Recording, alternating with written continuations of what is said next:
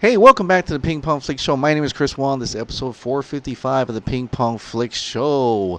Let's start off with one DC film related news. This is coming from Screen Rant. DC's The Batman has begun filming second unit. Now, let's read down a little further about this. With the star and director in place, a lot more information has since come to light. While the actual plot remains a mystery, a reported working title of Vengeance left some fans guessing as to what the story might be about. Plus, details that some scenes will take place in Arkham Asylum have left even more fans wondering. There's also confirmation that our hero would encounter a lot of his famous rivals during this new standalone story as well, including Riddler and Penguin. In an updated report from Batman on Film that will likely please a lot of fans, filming has commenced in the UK on The Batman. However, the report does state that this is likely just second unit related work, with the principal cast likely joining the team at a later date. The majority of the cast involved with the Batman have already been announced.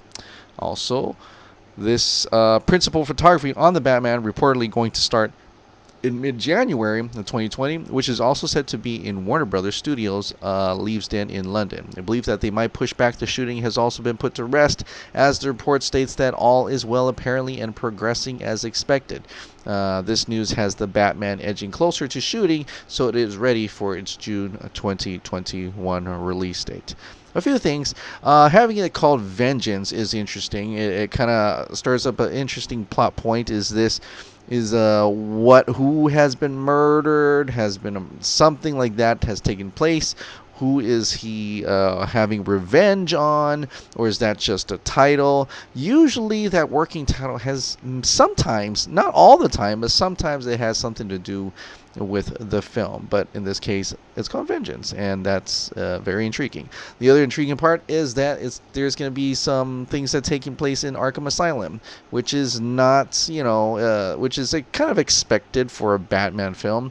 But I'm wondering, a lot of those areas where he's going to be visiting a lot of villains is that place, Arkham Asylum, where they're all being held at, which makes it a convenient plot point to be able to have all villains in one area, and not necessarily they're all around town and he's going to catch every single one of them, which, that could still be the case. Maybe they break out of Arkham Asylum and he has to go and get all of them. Who knows?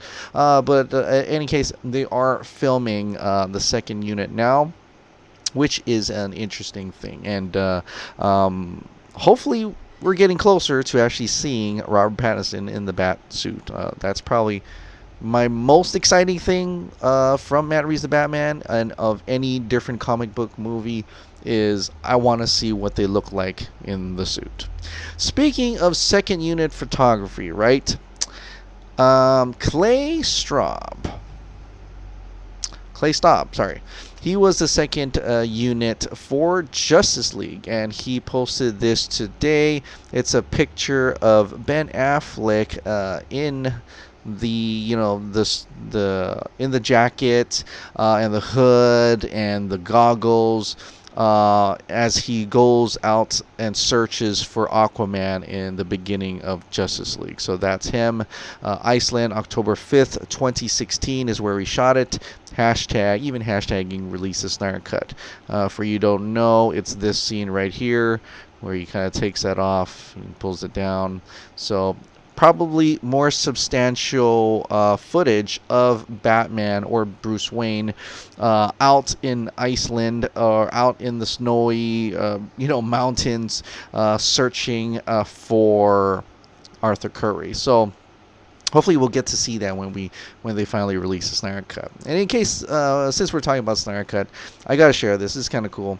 So the New Geeks put this out. The Snyder Cut movement has inspired people to unite globally to help the AFSP National with suicide prevention, as well as getting Subway involved with Feeding America recently. The movement honors Autumn Snyder as well as Zack's artistic vision of Justice League. He's released the Snyder Cut.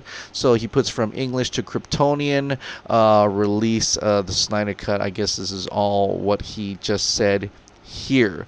And just kind of really cool is that Subway remember now how weird and just out of this world that Subway would actually be supporting the release of Snyder Cut, and they haven't stopped. They have commented under, tweeted out, release of Snyder Cut many, many times. And this one, they're actually putting in some Kryptonian in there, release of Snyder Cut. And that's just the nerd geek level just went the other way. And it's awesome. That's why I have... They're one of my heroes now. So I'm just keeping that Subway cup for the time being. So that is awesome. Thank you so much to Subway for once again helping out and supporting the release of Snyder Cut and also feeding America. Incredible stuff. Now, speaking of Zack Snyder, speaking of Snyder Cut, this came out. Zack Snyder posted on Vero today. Now, it's nothing. Yeah, I mean, it could be nothing. It's just him working out once again. He probably didn't have, and I think he even says it in the Vero chat that, he hasn't really have, I'm paraphrasing, but he never had enough time to, work out, so he's getting back into it. The long road back. Now, Naveen, actually, Shankar, he actually tweeted out to me saying when he captured this picture, he immediately cannot unsee it, 2:14, and I did that. I circled it and says, yeah, I need help. I'm seeing it everywhere. I mean, I'm seeing it on the clock. Like, I'm looking at the clock one day, and it says 2 minute and 2:14, and you see a license plate says 2:14, things like that. I think I'm going to start taking pictures of that a lot more often now as I see them. I posted out the other day in Instagram where I had 214 messages, and I'm like, oh my gosh. But it's it's the it's the curse of being part of the Snyder Cut movie. You start seeing those things. But in any case, Zack Snyder posted this out. The long road back. Now, a lot of people are kind of referring this to possibly him saying that he is back. Gonna do the Justice League. Maybe he's back with back to work on Justice League. Is he back with the Warner Brothers and stuff like that? The Snyder Cut is gonna come out. There's a lot of the people are saying, well, he's always about double meaning, but who knows? It could really just be him trying to get back to working out, just like how everybody else needs to, usually after the holidays. But my God, look how much he's lifting. That's crazy. This guy's a monster. So yeah, definitely he's the Superman here. So awesome news for that. But in case we're talking about Justice League and the Snyder Cut, because it's really the only thing that's being talked about nowadays, aside from after the whole CCXP, Wonder Woman 1984, and just the Batman news. But a lot of stuff has been coming out about the Snyder Cut, right? And this one, Shiraz Ferrucci from Comic Book Debate, he put out an article about the Justice League and how it kind of parallels the Lord of the Rings in the Snyder Cut.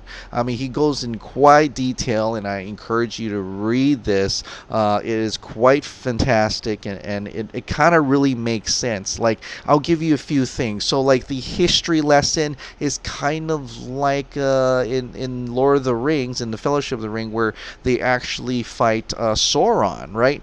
At the beginning, all the different races, right? And it's just like Justice League, where all the different the races come together and fight Steppenwolf and Darkseid, right? So we have a little bit of that as well. Also, the different league members represent each of those races that went and fought in the history lesson, just like the Lord of the Rings. In the Fellowship, each race represented a race that fought against Sauron in the history lesson. So that's kind of cool. That's kind of cool to see it. And also the fact that there's elements like these, I forgot what they called it, but, items of power, right? So in Lord of the Rings, of course, it's the rings that are items of power, and each race had a ring. Everybody had one of those rings, and then they held on to it, right? So each race in the Justice League held on to the mother box. That's the item of power, and paralleling that. So I thought that was kind of interesting, and that was like really eye-opening to show that not only a Justice League was kind of like trying to be a Seven Samurai film, which is also an epic movie from Akira Kurosawa as well, but it kind of has that parallel to The Lord of the Rings by J.R. Tolkien, and I think it just shows you how much the mythological effort that Zack Snyder has put into his film, and try to be this bigger than life, bigger than just a standard comic book movie. He was trying to put some philosophy in there, put some mythological tales in there, and a legend. What more bigger, fantasy legend than there is than J.R. Tolkien's Lord of the Rings, right? So that's pretty awesome, and it just kind of gives you a mind of a grandiose scale that he was trying to do with his Justice League movie, to the point that even the One Ring .net, who is a gigantic fan site for the Lord of the Rings, I think they've came out before, but they're doing it again. They retweeted this out. Are you trying to guess to support the Snyder Cut? Because this is how you get us to support. # release the Snyder Cut. And that's great. They have over 100-something thousand followers, and so a lot of those will see that now. So our movement grows by the day, really. And it's so easy for us to get to like 50,000 tweets nowadays. It's just no joke at this point. It's beyond Warner Bros. Control to keep it silent now, and I think and we are winning, definitely, and one day we'll get to see the Snyder Cut, right? But we're talking about the Snyder Cut.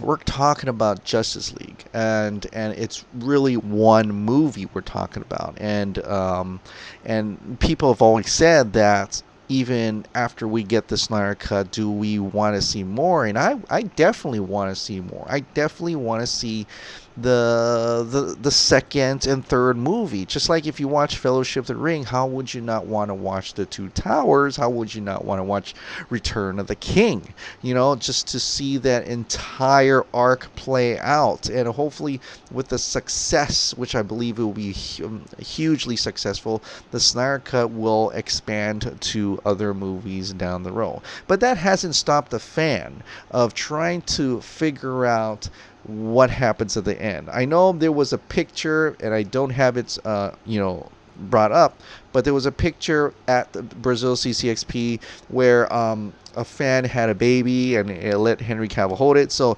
that's where this image is coming from.